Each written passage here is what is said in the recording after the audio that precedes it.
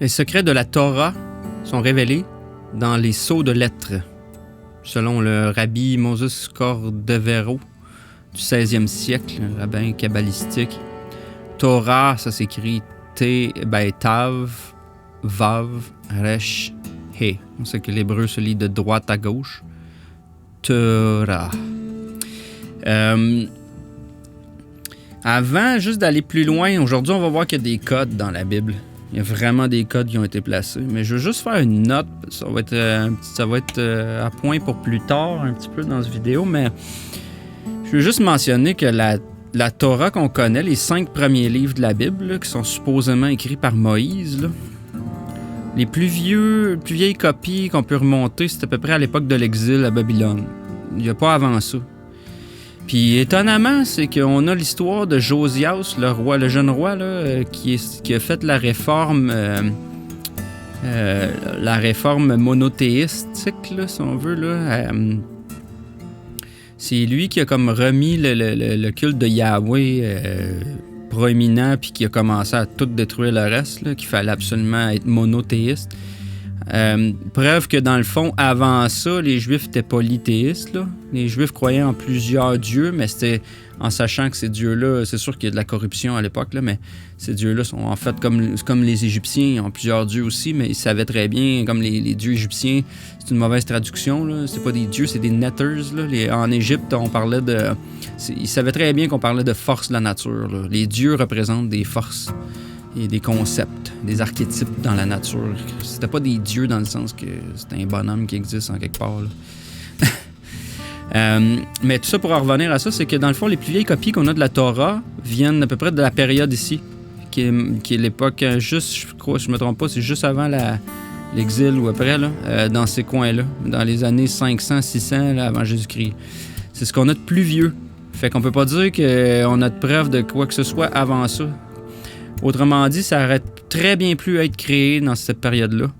Puis étonnamment, regardons l'histoire, mais c'est Josias, là. Il avait 8 ans quand il a commencé à régner. Puis un petit peu après, on dit, or pendant qu'on allait chercher l'argent apporté au temple de Jéhovah, le prêtre Hilkia trouva le livre de la loi de Jéhovah qui avait été donné par l'intermédiaire de Moïse. Autrement dit, il a trouvé la Torah ici. Il a trouvé les 5 livres de la loi. Fait qu'il avait été perdu. Puis là, ils ont été comme retrouvés, là, supposément. Là. Puis après ça, Josias, qui est ce roi, dès que le roi entendit ces paroles de la loi, il déchira ses vêtements. Puis le roi donna l'ordre à Hilkia, à Ahikam, fils de Saphan, à Abdon, fils de Miché, au secrétaire Saphan, et à Asaya, l'assistant du roi, allez interroger Jéhovah pour moi, pour ce qui reste de la population d'Israël et du Juda au sujet de ce que contient le livre qu'on a trouvé. Puis quand on regarde l'histoire, il y a plusieurs biblistes qui ont même amené l'idée que vraiment c'est carrément Josias qui a fait écrire ces livres-là.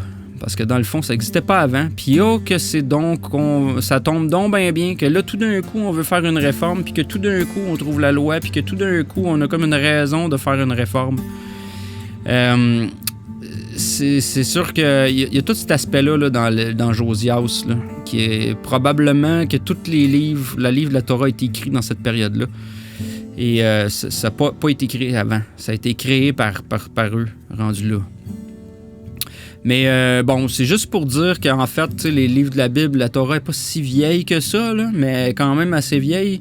Mais tout ça pour dire que c'est probablement un tout qui a été écrit. Puis de toute façon, on va le voir que ça n'a pas le choix, c'est un tout qui va ensemble. Il y a vraiment une cohésion qui a été faite mathématiquement aussi dans les 5 premiers livres de la Bible, comme on va le voir à cause des codes qu'elle renferme. Je voulais juste faire cette parenthèse-là parce que c'est quand même important de savoir ça, je trouve.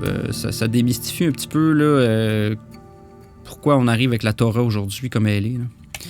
Il y a les travaux de Chuck Missler que j'aime beaucoup. Il n'est pas tout seul à avoir fait ça, là, mais je trouve que ses vidéos sont très, très bien faites pour ce qui est de comprendre de certains codes que dans la Bible. Il a investigué beaucoup le Bible Code et ces affaires-là. C'est super bon. J'aimerais prouver aujourd'hui, vous prouver, hors de tout doute, qu'il y a des codes dans la Bible et que c'est voulu. Je pense que vous allez arriver à la même conclusion quand on va avoir fini. Les 5 premiers livres, on parle de la Torah, les 5 premiers livres de la Bible, un des codes qu'on trouve, Ben, en fait, on pourrait se poser la question, c'est peut-être un hasard, là, mais si on regarde la Torah, ça s'écrit, on l'a vu tantôt, là, Tav, Vav, Resh, He. Torah. Le premier Tav dans Genèse 1, on a un Tav ici dans la fin du premier mot. Si on compte 49 lettres à partir du Tav, si on compte 1 à partir de la lettre suivante, là, on se sépare de 49 lettres, on va obtenir après ça un Vav. Après ça, on a un autre espacement de 49 lettres. La 50e, on a un Resh. Après ça, on a un espacement de 49 lettres, on obtient un He. Ce qui appelle à chaque espace de 49, on est capable d'appeler Torah à partir du premier Tav de la Bible. Torah. À chaque intervalle de 49. Bon, c'est quand même intriguant. Mais est-ce que c'est un hasard?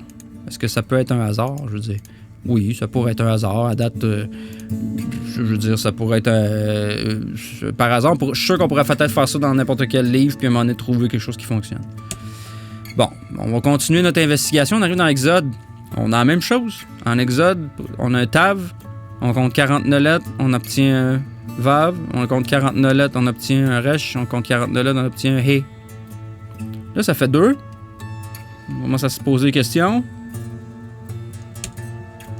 On arrive dans Lévitique. Ah, ça arrive pas. Il y a d'autres choses, mais on va le voir plus tard. Ça arrive pas. Fait que peut-être que ça... bon, finalement, c'était du hasard. Ah, mais là, on va arriver dans les nombres.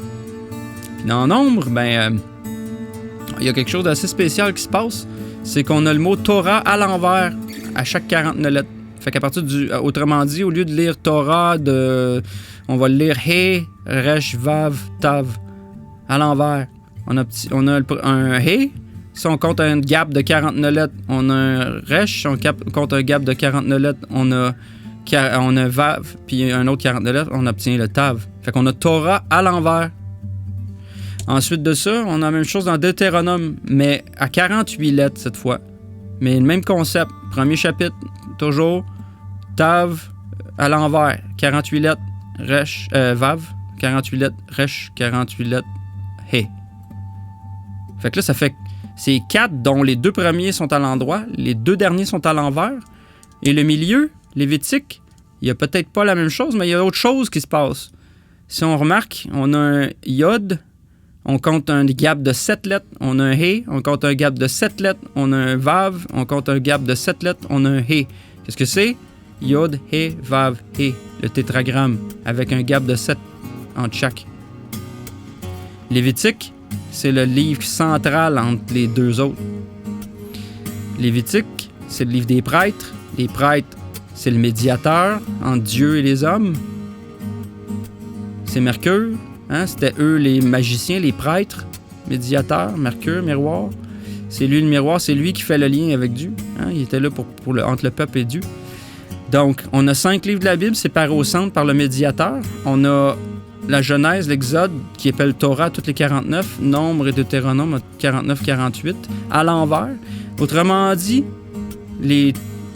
la Torah, hein, les 4 livres ici, pointent vers Dieu. La Torah pointe vers Yahweh, vers Dieu. C'est le message ici mathématique qui est rentré là, à travers le code biblique ici. Là. Une raison, moi, que je crois, je sais pas, j'ai pas trouvé la réponse, mais en méditant, j'ai trouvé que 40. Pourquoi 48, pas les mêmes choses? Moi, je crois que c'est justement pour pas offenser Dieu. C'est que le fait, on peut pas être le miroir de Dieu parfaitement. Il doit avoir une diminution de 1. Donc, nous, on est à l'image de Dieu, mais on est diminué en fractal parce qu'on est comme un fractal de ça, là, de Dieu. Fait que c'est pour ça que je crois qu'ils n'ont pas fait 49 ici, mais qu'ils ont fait 48. Moi, c'est mon explication. Un autre truc, en tout cas, faites votre conclusion. Moi, ma conclusion est faite. Là. C'est assez clair que ça peut pas être un hasard, que ça a été placé. Puis pourquoi je voulais juste mentionner l'histoire de Josias, c'est que dans le fond, ces livres-là ont tous été écrits en même temps, parce que il a fallu que ça soit fait en même temps puis pensé ensemble comme un tout pour pouvoir encoder des choses du genre. Là. Puis le plus vieux Deutéronome, c'est la source la plus vieille, date du 6e siècle avant Jésus. Là. Donc on est dans les années 600 avant Jésus-Christ. Il n'y a pas plus vieux que ça. Là. Fait que c'est pour ça que je crois que tout ça, ça a été écrit plus tard de ce qu'on nous dit, là. Il reste que c'est un livre exceptionnel, là. C'est pas ça qui est en doute, là. C'est juste que on le voit ici, là. Un autre truc qui est vraiment phénoménal, ben 2 autres choses. Une chose, entre autres, la généalogie dans Genèse 5. Genèse 5, là, c'est un genre de livre qui sert à rien, on dirait, là, parce que, il sert à rien. Il sert pas à rien, mais il démontre juste une généalogie. Tout est excitant jusque-là. Genèse 4, là, plein d'affaires qui se passent. Là, le meurtre après ça, Abel, machin. Après ça, il y a le chapitre 5 qui est de la généalogie. Après ça, 6, on tombe dans Noé, puis les Néphilim, puis machin. Là, c'est intéressant. Mais Genèse 5, ça exprime la généalogie jusqu'à Noé. On a Adam, Seth, Enoch, Kenan, Malalel, Jared, Enoch, Methuselah et Lamech et Noah. Si, au lieu de traduire, regarder leur nom, on traduit la signification des noms, on obtient toute une affaire. Adam, ça veut dire homme, l'homme. Seth, ça veut dire fixé ou appointé, déterminé. Enoch, ça veut dire mortel. Kenan, ça veut dire chagrin. Mahalel, ça veut dire le Dieu béni. Jared, ça veut dire devra venir, descendre. Enoch veut dire enseigner. Methuselah, ça veut dire sa mort devra apporter. Lamech, au désespoir. Puis Noé, ça veut dire confort ou repos. Fait que ça fait une belle phrase, hein? C'est toute l'histoire ici du Christ qui est encodée dans les noms. Donc, est-ce que c'est... La question va se poser. Est-ce que les noms, c'est-tu des vraies personnes ou c'est une histoire qu'on raconte?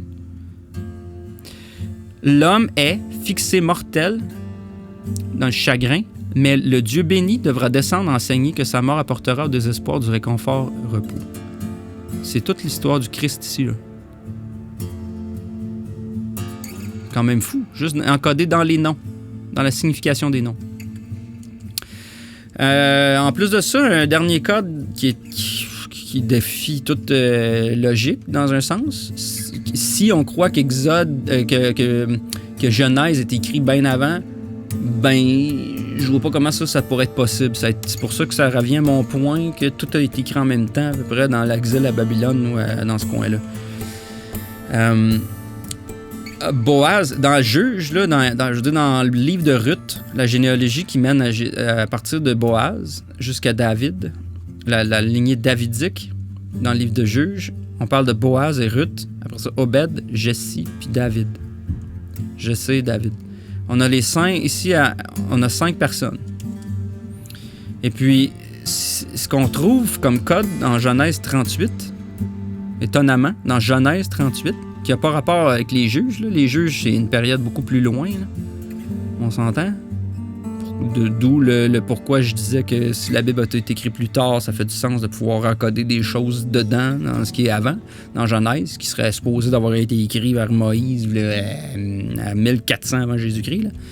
Ou 1000, je veux dire, 1000 quelque chose. Là. 1300.